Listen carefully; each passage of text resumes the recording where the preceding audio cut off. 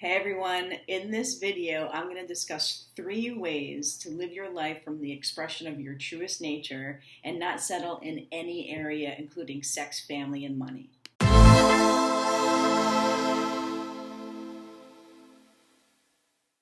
I post a new video every single Friday in the areas of trauma healing and codependence because I'm a life coach and a trauma healer. So please subscribe and hit the bell icon so that you can get notified whenever I put videos out. And here we go with the video. Happy Friday and happy Fridays with Fidelman. I'm Cheryl Fidelman, life coach, trauma healer, and writer. And today's topic on Fridays with Fidelman is 3 ways to identify your true nature, live as an expression of your true nature, and not settle in any area, including sex, family, and money. Now, as I've said in the last 8 Fridays with Fidelman, I'm doing 10 masterclasses in the Facebook group, live every week, and then the recordings are posted. So my Fridays with Fidelman have been an intro to the upcoming masterclass, which is on True Nature, starts on Monday.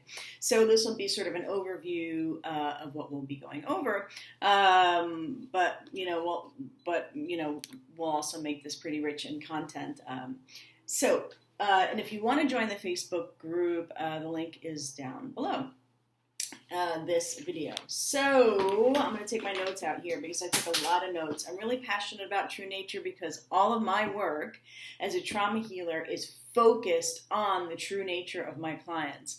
I see their true nature, okay? I don't see them as their default psychology.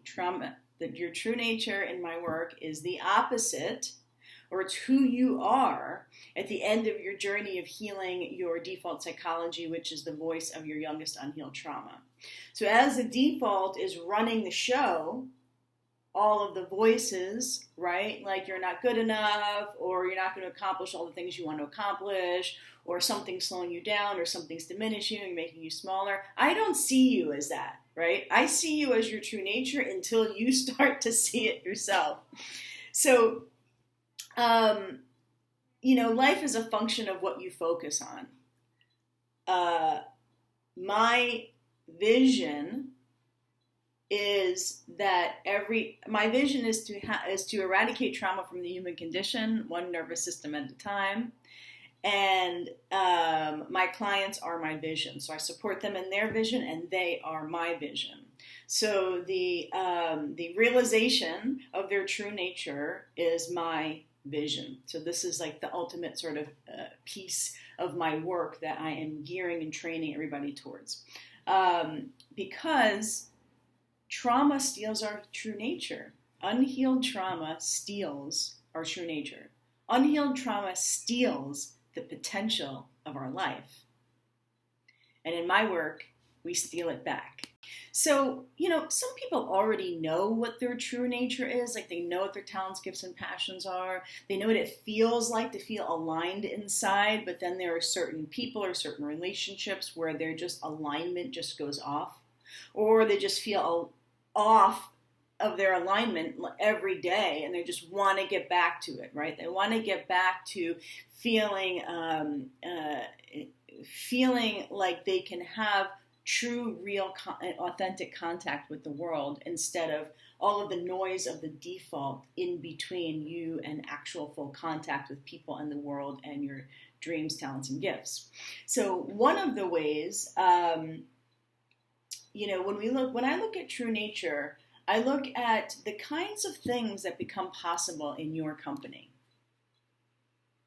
right? So when our default is running the show, the kinds of things that can become possible in our company is like disconnection or awkwardness, or a limit to how much you'll share, or how much other people will share, questioning safety, right? So we bring that to situations and relationships. So that's what becomes possible in our company. When we're in moments of our true nature, what becomes possible in our company? Okay, laughter, connection, imagination, passion, creativity, building, right? Building and creating. Usually the default will wipe away whatever it is that you want to create. Even if you've planted the seed, you get a few steps into the project or the dream or the vision, and the default will just knock it over. It'll knock over whatever it is that you're creating. Steals your potential and the potential of your vision and the potential of whatever it is that you want to create and build.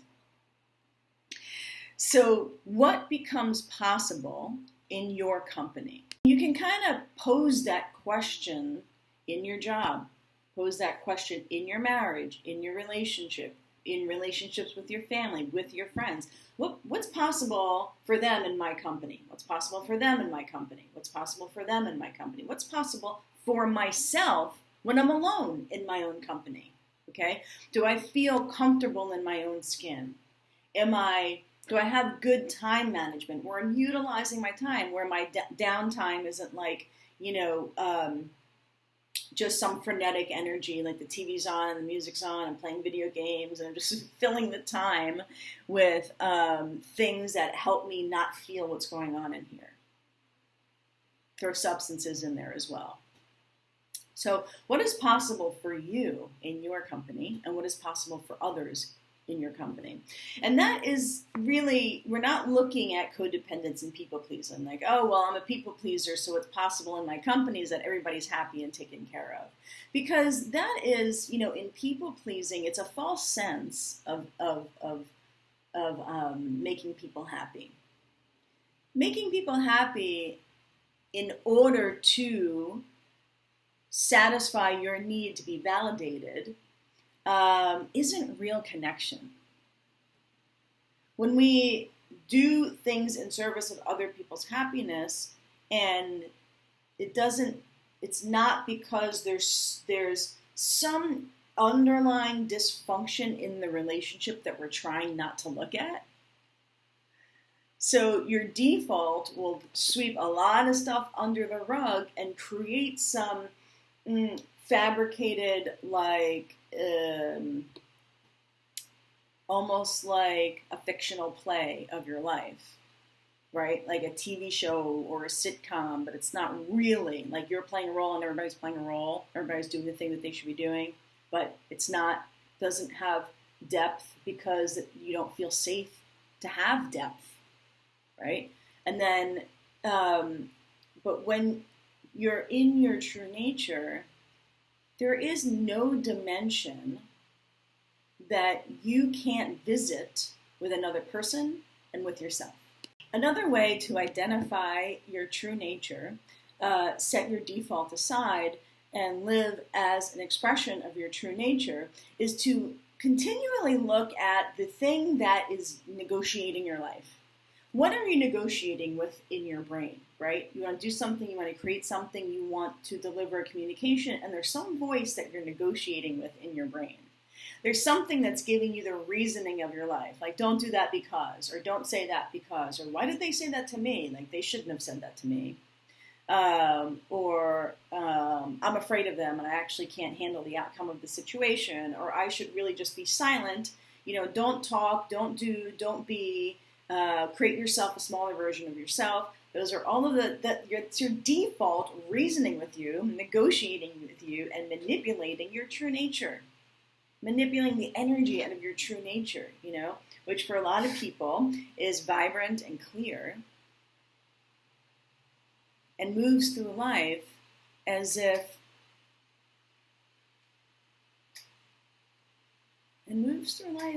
there are no mental obstacles, as if mental obstacles are not real.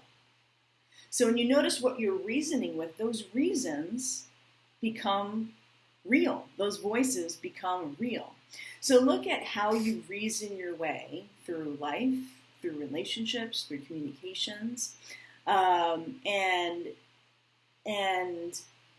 that reasoning, that negotiation and manipulation strategy that you have in your mind, whose voice is that? Is that your mom's? Is that your dad's? Is that the bully at school? Because it's not your voice, but it becomes your voice when you're living as an expression of your default, right? As the voice of your traumatic identity that voice that is reasoning you down to a smaller version of yourself. When you go out in life, for the most part, we identify as if that voice is me. The I in identity, I think, is the I of the I of the voice of the default. So when we look at the voice of our default, that which is reasoning, manipulating, and negotiating here in our brain, we're the only person that identifies as that voice. People don't look at us and go, and start negotiating your own potential with you, negotiating it down. Maybe your family does, or maybe your parents do. But the thing is, we then think that everybody in the world is talking to us like our parents are. Like, we think everybody in the world is also validating our default. But only we are validating our default. Nobody else sees it. It's not written on your face. If you imagine that everybody is talking to you as if you are your true nature,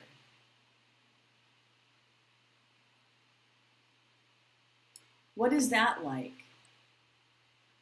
I'm posing a question right now. What is it like to think that everybody is actually seeing you as your true nature? What is that like?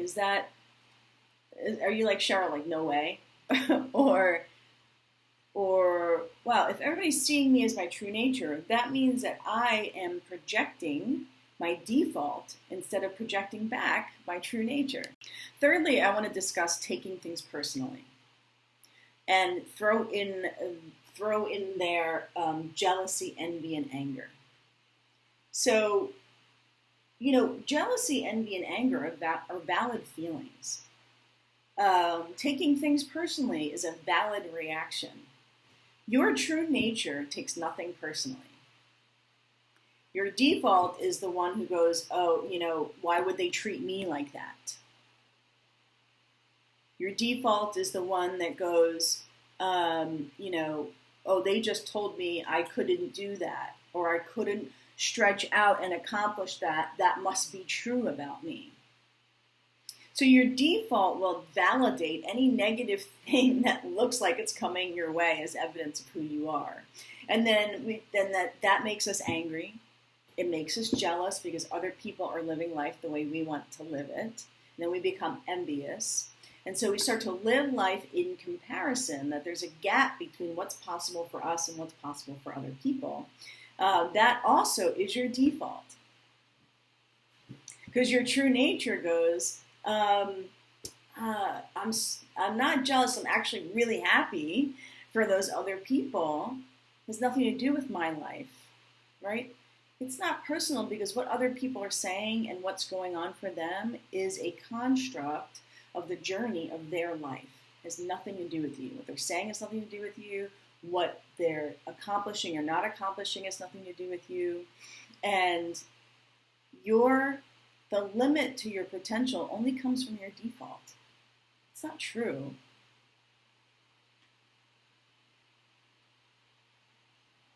It's just not true.